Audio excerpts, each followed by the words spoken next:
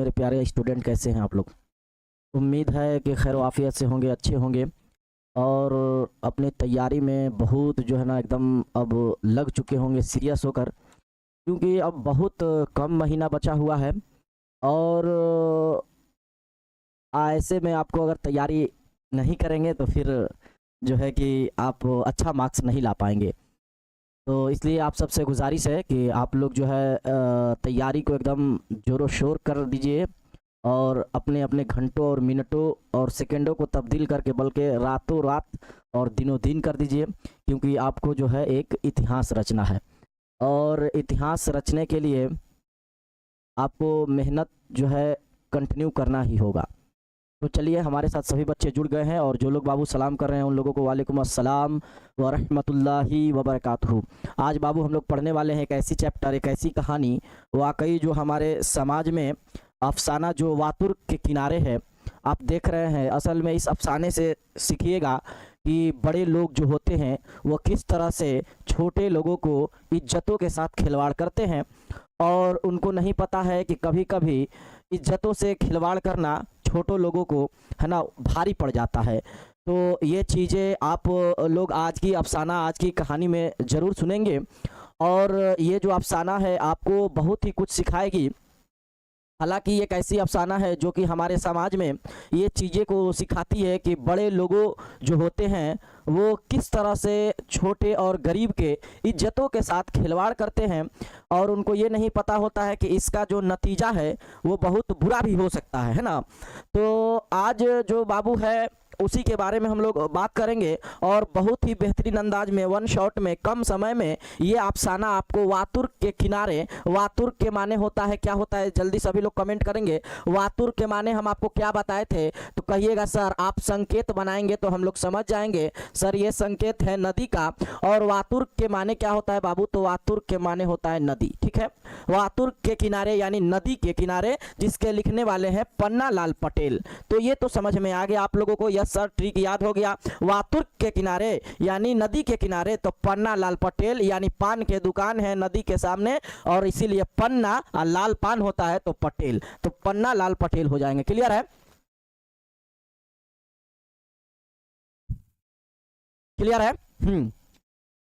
चलिए, बहुत बढ़िया।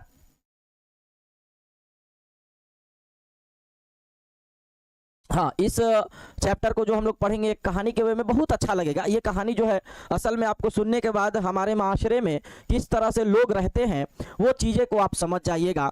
और एक है ना, जिनके आंगन में अमीरी का शजर लगता है, उनका हर ऐब ज़माने को हुनर लगता है। जिनके आंगन में अमीरी का शजर लगता है, शजर के माने होता है पेड़ यानी दरख्त, यानी जो अमीर लोग होते हैं जिनके आंगन में अमीरी का शजर लगता है, उनका हर ऐब, यानी बड़े लोगों के आंगन में जब अमीरी का पेड़ लगता है, जब ज्यादा पैसा हो जाता है तो बड़े लोगों की क्या है कि उनका ऐब भी लोगों को हुनर लगने लगता है कि नहीं नहीं, ये तो बड़े लोग हैं, इनमें कैसे ऐब हो सकता है, ये तो हुनर है। इसीलिए ये शेर है कि जिनके आंगन में अमीरी का शजर लगता है, उनका हर ऐब जमाने को हुनर लगता है। यानी बाबू अमीर लोग अगर गलत करेंगे तो वहां गलती नहीं बल्कि कहा जाएगा ये उनकी हुनर है ना। यहाँ तो अगर गलती गरीब लोगों से हो जाएगी और छोटे लोगों से हो जाएगी गलती तो लोग कहेंगे कि हाँ ये गलत है, ये गलती है, इसी में गलती है, क्योंकि अमीर लोगों के पास ताकतें होती है, बहुत सारी चीजें होती है, जबकि गरीब के पास कुछ नहीं होता है, एक बेसहारा के पास कुछ नहीं होता है। शजर के माने होता है बाबू दरख्त यानी पेड़ होता है। क्लियर है? वाह वाह सर, आपके जैसा तो किसी को नहीं देखे हैं पढ़ाते, सच में सर। चलिए बिल्कुल, तो ये चीजें समझ में आ गया। अब हम अफसाना शुरू करेंगे, तो एक बार सभी लोग बताएं कि अफसाना सुनने के लिए आप लोग रेडी हैं? अफसाना सुनने के लिए आप लोग रेडी हैं? तो जल्दी से सभी लोग आई एम रेडी लिख दीजिए। सभी लोग आई एम रेडी लिख दीजिए कि यस सर, हम लोग वातुर्क के किनारे किनारे अफसाना सुनने के लिए तैयार है। वातुर के किनारे बाबू, असल में यह एक गुजराती अफसाना है ना। यह क्या है बाबू? गुजराती अफसाना। गुजराती अफसाना है, ठीक है, गुजराती अफसाना है, गुजराती अफसाना है। और ये गुजराती अफसाना बाबू आपको बता दे कि गुजराती अफसाना और इसके लिखने वाले कौन हैं, तो कहिएगा सर इसके लिखने वाले आप बताएं। लिखने वाले का नाम है पन्ना, यानी पान के दुकान, और पन्ना लाल पटेल हो जाएंगे, पन्ना लाल पटेल, ठीक है, पन्ना लाल पटेल हो जाएगा। और ये गुजराती अफसाना है, इसके उर्दू तर्जमा जो किए थे वो मजहरुल हक अल्लवी थे। यहाँ आपके पीडीएफ में भी है ना तर्जमा, ये गुजरात में है, गुजराती है में है, लेकिन इसका तर्जमा अगर बात करेंगे बाबू, तर्जमा अभी देखिए बहुत ही अच्छा कहानी है, सुनिएगा तो समझ में आ जाएगा। तर्जमा कौन किए थे तो ध्यान रखिएगा, मजहरुल हक अल्लवी किए थे। कौन किए थे तो मजहरुल हक अल्लवी किए थे, है ना, मजहरुल हक अल्लवी। तो ये हो जाएंगे इसके तर्जमा करने वाले, ठीक है, और बहुत अच्छा से आपको समझ में आ जाएगा, है ना, मजहरुल हक अल्लवी हो जाएंगे। और बात करेंगे बाबू जो इसमें किरदार के पहले सब चीज़ें समझ जाएंगे तो बहुत अच्छा समझ में आएगा, है ना। इसमें बाबू अगर हम बात करें किरदार के, है ना, किरदार कौन कौन है ताकि समझ सकेंगे हम लोग, तो किरदार ध्यान रखिएगा। और किरदार जब आपको ध्यान आएगा तो हमेशा ध्यान रखिएगा क्या कि किरदार जो है बाबू, वो किरदार कौन कौन है, तो किरदार जो है आपको बहुत अच्छा से समझ में आ भी जाएगा। किरदार को भी देख लीजिए, और बहुत एक छोटा किरदार बताएंगे ताकि बढ़िया से आप समझ जाइए, है ना। चलिए ये हो गया किरदार। किरदार में बाबू आपको बता दें कि सबसे पहले नवल है ना, नवल है, और नवल एक लड़की का नाम है, नवल, नवल और शोहर, शोहर यानी इसके पति। ये शोहर जो है घर जमाई बन के रहते हैं ना, घर जमाई, घर जमाई, घर जमाई तो किसे कहा जाता है समझ में आता ही होगा। तो ये किरदार है इनका, बहुत अच्छा से समझ पाइएगा अभी, क्लियर है। तो सबसे पहले सवाल जवाब तो आपको ऐसे ही बन जाएगा, जब कहानी सुनाएंगे ना तो आपको लगेगा, देखिए मेरा मकसद बाबू ऐसा रहता है हर एक बच्चे के साथ उस कहानी के वे में पढ़ाना कि बच्चे को ये ना लगे ना कि कोई हार्ड सब्जेक्ट है, मतलब कि कहानी को उसमें ऐसे बना देंगे आपको कि लगेगा कि अरे ये तो सर कहानी की तरह सुनाए थे, हमको तो याद है। और ये याद क्यों नहीं होगा, बहुत अच्छे तरीके से याद होगा, है ना, और बहुत अच्छा याद भी हो जाएगा, क्यों नहीं होगा, ठीक है।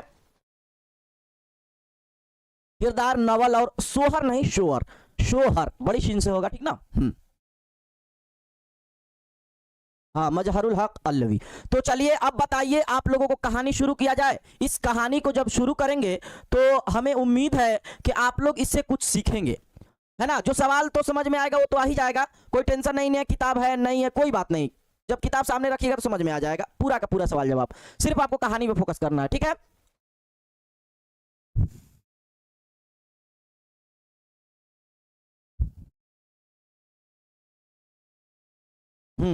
चलिए तो अब बताइए कि कहानी शुरू किया जाए ना, जल्दी से बताइए।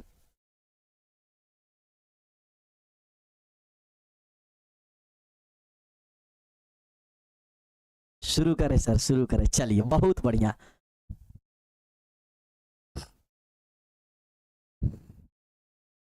तो चलिए इस कहानी को सुनने पर ध्यान दीजिएगा, और ये कहानी को जब सुनिएगा तो आपके अंदर बहुत सारी चीजें समझ में आ जाएगी, और धीरे धीरे ये समाज कैसे चल रही है ये भी आप समझ जाएंगे। चलिए शुरू करते हैं। तो देखिए बाबू, असल में एक नदी यानी वातुर के माने है नदी, नदी के किनारे बस्ती है, छोटे छोटे घर है, छोटे छोटे बस्तियां है, हर एक चीज मौजूद है, जैसे आपके एक गांव है, सिंपल सी बात, ठीक है। हमारे तरफ जाइएगा तो एक पोखरा है, नदी उसको मान लेते हैं, और घर बगल में पान की दुकान है, पन्ना लाल पटेल हो जाएंगे, है ना। और उस नदी के किनारे आसपास बस्तियां है, ठीक है। उस बस्ती में एक रहती है नवल, जो हम आपको लिख दिए बोर्ड पर। नवल असल में एक ऐसी लड़की होती है जिसकी शादी हो गई है पहले ही, और उसके जो शोहर हैं वो शोहर उसके साथ घर जमाई बनकर पहले रहते थे, अब नहीं है, जरा गौर कीजिएगा। नवल के शोहर उसके साथ घर जमाई बनकर रहते थे, और नवल जो है बाबू वो मौसी के घर रहती थी। मौसी किसे कहते हैं आप लोग जान रहे हैं, ठीक है। मौसी किसे कहते हैं आप जान रहे हैं। छोटू कुमार कह रहे हैं सर आपका दाढ़ी बहुत अच्छा है। अरे छोटू कुमार भाई देखिए तो हम तो सोचे थे कि बहुत अच्छे लड़के हैं और बहुत अच्छे लड़के कभी कभी अच्छे बोल भी देते हैं। तो शुक्रिया आपका कि जो दाढ़ी को तारीफ किए। तो चलिए पहला आप लड़के हैं जो तारीफ दाढ़ी के किए हैं, है ना। तो चलिए खैर अब हम लोग कहानी सुनिए बाबू, कहानी सुनिएगा तो बहुत अच्छा लगेगा, ठीक ना। तो हाँ, खाला को मौसी कहते हैं, यस खाला को मौसी कहते हैं। तो नवल जो है मौसी के घर रहती है और वो शादी के हो जाने के बाद अपने शोहर को अपने पास रखती है खाला के यहाँ। यानी अगर शोहर किसी के घर रहे, लड़की के साथ रहे, तो उसको कहा जाता है कि घर जमाई बनले। नहीं सुनते, वो घर जमाई है। घर जमाई का मतलब होता है बाबू कि लड़की के घर के रहना, यानी मौसी के घर भी उसकी माँ के घर हुआ, तो एक तरह से वो उसका शोहर घर जमाई बन के वहां रहता था। और एक दिन की बात है कि उसका शोहर जो है अब उस बस्ती में जो है ठाकुरों की राज था। होता है ना कि यहाँ दबदबा इसका है, यहाँ दबदबा उसका है। तो वो ठाकुरों का राज था और ठाकुर जो थे, ठाकुरों की डर से उसके शोहर, पहले शोहर भाग गया था। क्लियर, समझ में आ गया।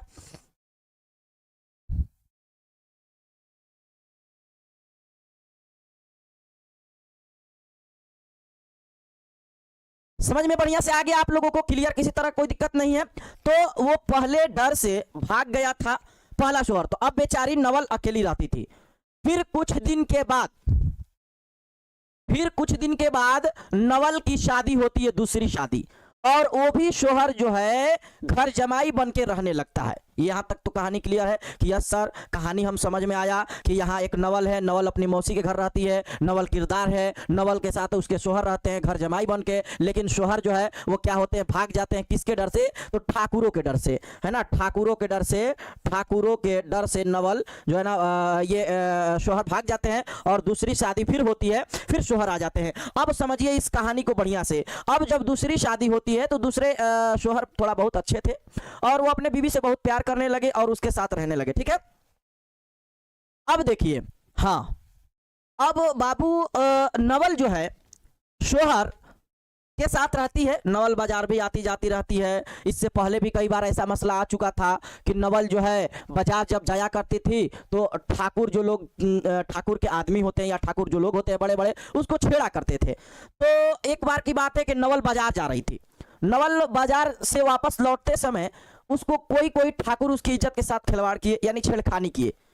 तो नवल को बहुत बुरा लगा, क्योंकि एक लड़की, एक लेडीज को जो है ना बुरा व्यवहार उसके साथ करना, है ना, उसको मौत देने की बराबर है। समझ सकते हैं किस प्रकार की बुराई की बात कर रहे हैं हम। तो नवल के साथ छेड़खानी किया गया और नवल आके घर बताई। तो अगर माँ बाप को बताएगी या खाला को बताएगी तो वो लोग बड़े समझदार होते हैं और बड़े बड़े लोगों पे कोई एक्शन नहीं लेते हैं और अपने बेटी को समझा देते हैं कि छोड़ो बेटी, क्या करोगी, वो लोग बड़े लोग हैं, अगर कर ही दिए कोई छेड़खानी तो बेचारे पिता और माता मजबूर होते हैं और कहते हैं कि क्या बताया जाए इस बात को, और कहीं बताया भी नहीं जा सकता है इस चीज को, और बताने पर हल्ला होगा, अपना ही बदनामी होगा। तो बेचारे माँ बाप कुछ एक्शन नहीं लेते हैं। लेकिन जब ये बात नवल के शोहर को पता चला कि मेरी बीवी के साथ ठाकुरों ने छेड़खानी किया है, तो उसके शोहर को बर्दाश्त नहीं हुआ और शोहर क्या किया, जाकर जो छेड़खानी किया था उसको कत्ल ही कर दिया, यानी उसको मार दिया।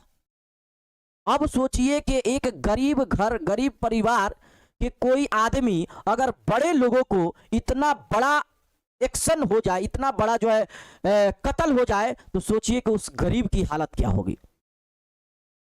ये कोई मामूली बात नहीं है कि गरीब आदमी एक ठाकुर की हत्या कर दिया, मार दिया।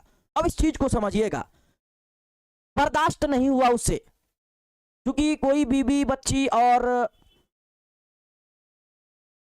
उसके साथ इज्जत के साथ खिलवाड़ करना बहुत बुरा चीज है। तो वो कत्ल कर दिया। अब ठाकुर जो है, ठाकुर लोग और भी लोग हैं, उसके माँ बाप है, भाई, सब लोग गुस्सा तो होंगे ही। अब उस शोहर को खोजने लगे। तो नवल कही कि आप जो है इस घर को छोड़ दीजिए और कहीं और कुछ दिनों के लिए चल जाइए, नहीं तो ठाकुर लोग आएंगे, पुलिस आएगी और आपको जेल भेजवा देगी। अब ये क्या करता है कि ये इधर उधर भागते फिरता है, इसके शोहर।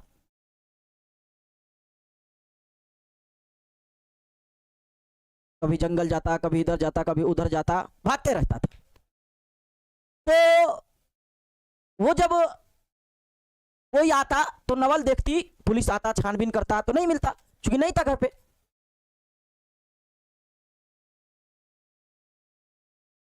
उसके बाद बाबू जब नवल एक बार देखती है कि कुछ लोग भेष बदल के आए हुए हैं, मतलब कोई किसी को देखी, और ये क्या करता था, शोहर भाग तो गया था जंगल दर जंगल, लेकिन रात में उससे मिलने भी आता था, अपने बीवी के पास हालचाल पूछने के पास भी आता था। तो फिर वो सोचने लगी कि कहीं अगर जान गए तो फिर जो है इनको हत्या कर देगा, वो लोग भी मार देगा। अब नवल क्या की, अपने शोहर को मना कर दी, कह दी ना कि अब आप मत आइएगा, नहीं तो आपको जो है ये लोग मार देंगे। अब जब शोहर इसके बाद गया तो आया ही नहीं, यानी ये जो शोहर है अब लापता हुआ तो अब आया नहीं। ये अफसाना बाबू यहीं पर तो खत्म हो जाती है। लेकिन आप इससे क्या सीखते हैं?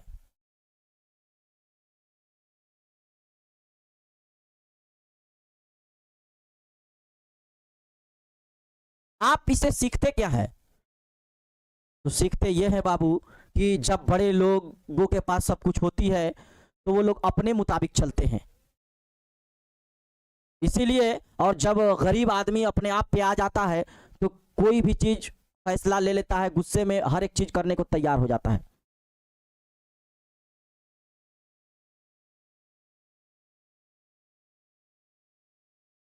तो कभी कभी समाज में बड़े लोगों ऐसे भी होते हैं जो कि आपको बता दे कि वो छोटे छोटे लोगों को सताते हैं, इसीलिए। और जब छोटे लोग अपने आप पे उतर जाते हैं तो वो किसी को नहीं सुनते हैं। और जब इस किताब में सवाल देखिएगा तो सवाल आप इस कहानी के मुताबिक कहिएगा सर सब बन गया। अब जैसे में सवाल है, अफसाना निगार पन्नालाल पटेल का ताल्लुक किस सूबा से ऐसा है, तो बताइए किस सूबा से होगा? गुजराती अफसाना है। अफसाना की सिन्फ से वाकफियत का इजहार कीजिए। अफसाना एक ऐसी कहानी है, झूठी कहानी को अफसाना कहते हैं। अफसाना का लगवी माने औरतों से बात करने के हैं, औरतों से बात नहीं करने का है।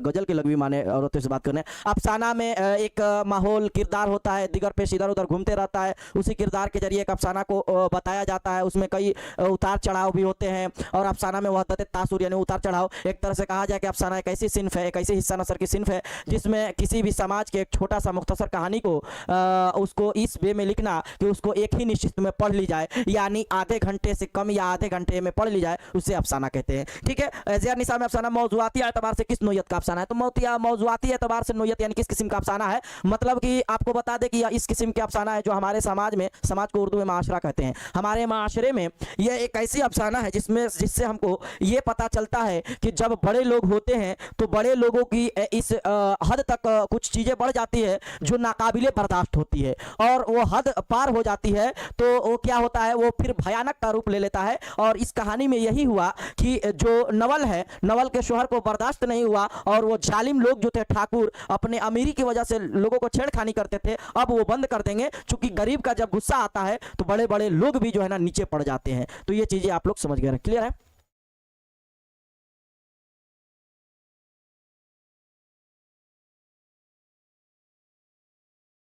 क्लियर हो गया सभी को? क्लियर है? कुछ बच्चे कह रहे हैं सर मेरे में क्लास नहीं चल रहा है, रिको ऐप अपडेट है। देखिए एक बार अपडेट कर लीजिएगा तो चलने लगेगा, है ना, तो आप लोग आसानी के साथ चला लेंगे। ठीक है, तो ये कहानी तो आप लोगों को यहीं पर डाइंड हो जाता है ना। अब इसके हम लोग क्वेश्चन आंसर को देखेंगे तो बहुत अच्छा आप लोग समझ पाइएगा। ठीक है, तो ये अफसाना वातुर के किनारे, जो यहाँ आपको किरदार के भी रूप में सब दे देते हैं, लिख के भी पढ़ा दे, तो वातुर के किनारे पन्नालाल पटेल, गुजराती अफसाना, तर्जमा मजहरुल्लाह कलवी, किरदार नवल, है ना, शोहर घर जमाई यानी मासी के घर, ठाकुर का राज, क्लियर है, ठाकुरों का राज। तो ये सब चीज़ें आप समझ गए। अब हम लोग चलेंगे इसके ऑब्जेक्टिव की ओर बढ़ेंगे, है ना। ऑब्जेक्टिव इसको हम देख लेंगे और बहुत अच्छा से आप लोग जवाब भी देंगे। देखिए क्या सवाल है, पहला सवाल क्या है बाबू, जरा देखेंगे। वातुर के किनारे के मुतरजिम, मुतरजिम कहते हैं बाबू तर्जमा करने वाले को, ठीक ना।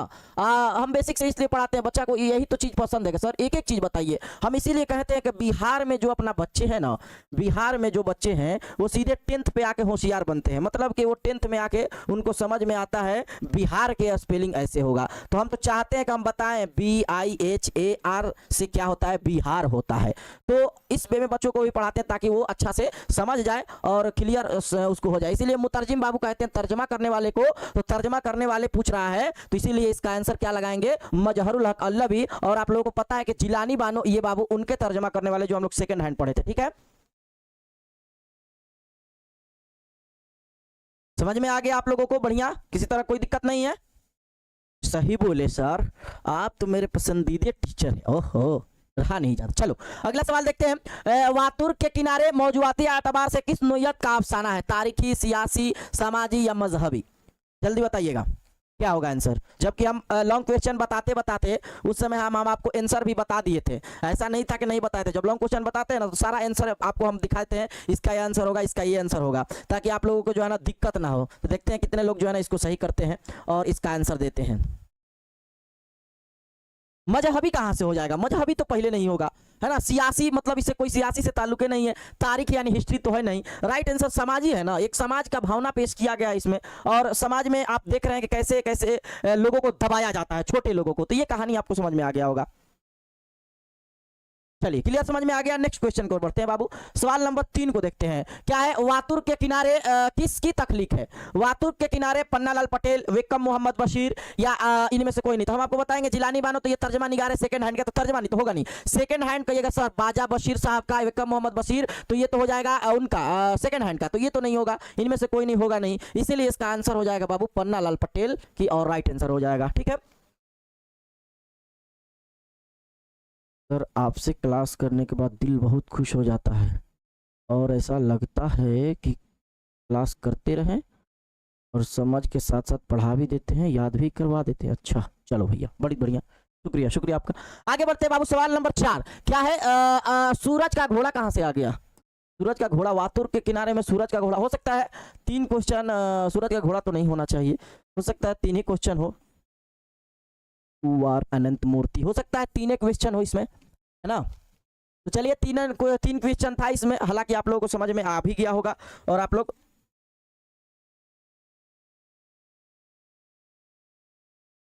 चलिए क्वेश्चन इतना ही था और आपको लॉन्ग क्वेश्चन भी बता दिए। क्लियर है? हाँ 3 क्वेश्चन था। अब हम लोग नेक्स्ट पढ़ेंगे सूरज का घोड़ा। ये पढ़ेंगे जब आप लोगों को बहुत खूब हंसी आएगी।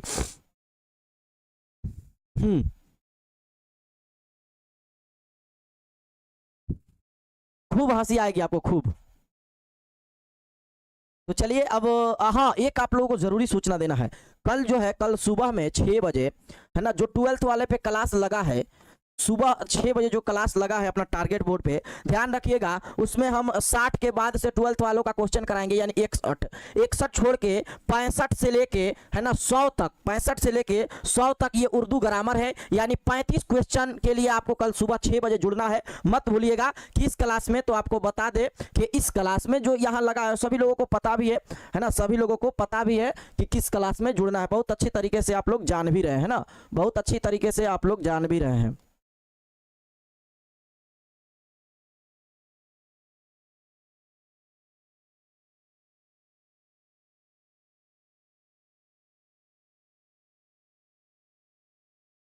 जिसको चैनल नहीं चलाने आता इसे सीख लो, यहाँ होम रखिएगा तो टोटल नीचे चैनल आ जाएगा। अब जिस चैनल पे आप जाना चाहेंगे जा सकते हैं। टारगेट बोर्ड पाठशाला हो गया, ये अपना 9th वाला हो गया, और ये अपना 12th वाला हो गया, आर्ट्स वाला। तो ये जो 12th का आर्ट्स वाला है, इसी पे लगा हुआ है क्लास। कहाँ? तो लाइव में जब जाके देखिएगा तो ये वाला क्लास आप लोगों को करना है सुबह में। क्या होगा इसमें? तो इसमें बाबू आपको मिलेगा 35 ग्रामर, 12th हुआ, 10th और 9th सभी बच्चे इसमें जुड़ेंगे कल सुबह 6 बजे। तो ये आपके लिए एक सूचना है, जो सुबह में 6 बजे बच्चे आप यहाँ भी आ सकते हैं। आपको ये लग रहा है कि 12th का है, ठीक है, इसमें ग्रामर ऐसा ऐसा देखे हम, तो हमको लगा कि नहीं नहीं, ये 10th वाले बच्चों को भी देखना चाहिए। और जब ये ग्रामर पढ़ाएंगे तो उसमें बहुत डिटेल्स के साथ करेंगे और समझ में भी आपको आएगा। ठीक है, हाँ बिल्कुल। और तो आपका एप्लीकेशन पे होगा जो 6 बजे, और नेक्स्ट क्लास आप लोगों का है। ठीक है, तो आप लोग इसमें भी जुड़ सकते हैं। हाँ, जब सब्जेक्टिव बताने लगे तो आप लोग जा सकते हैं। तो 35 क्वेश्चन ग्रामर का, ऑब्जेक्टिव तक आप लोग रहिएगा सिर्फ, उसके बाद आप लोग जा सकते हैं ऑब्जेक्टिव। ठीक है, 35 क्वेश्चन कब, यानी आपको 65 के बाद मिलेगा। ठीक है, तो चलिए ये आप लोगों को समझ में आ गया था, जो जानकारी था हम आपको दे दिए। सभी को समझ में आ गया होगा कैसे जाना है, कैसे क्या करना है। ठीक है, यस सर, बिल्कुल। तो चलिए आज के क्लास को हम लोग यहीं पर डाइन करेंगे, और नेक्स्ट क्लास में हम लोग फिर एक दिन बीच करके, या जिस दिन आपका क्लास लग जाए उस दिन आपको नेक्स्ट चैप्टर पढ़ाएंगे, और उसका नाम होगा सूरज का घोड़ा। और सूरज का घोड़ा से जब आप लोग सुनिएगा तो आप लोगों की बचपने याद आ जाएगी। और सूरज का घोड़ा बहुत ही अच्छी कहानी है, अच्छी अफसाना है। तो चलिए बाबू, मिलते हैं किसी नेक्स्ट क्लास में। आज के लिए इतना ही। अपना ख्याल रखिएगा, पढ़ने में मन लगाइएगा, हंसते रहिए, मुस्कुराते रहिए, है ना, और बिल्कुल अपने पढ़ाई को कंटिन्यू रखिएगा, क्योंकि आपका एग्जाम करीब है। चलिए बाबू, आज के लिए इतना ही। सभी को बाबू अस्सलामु अलैकुम व रहमतुल्लाहि व बरकातुहू।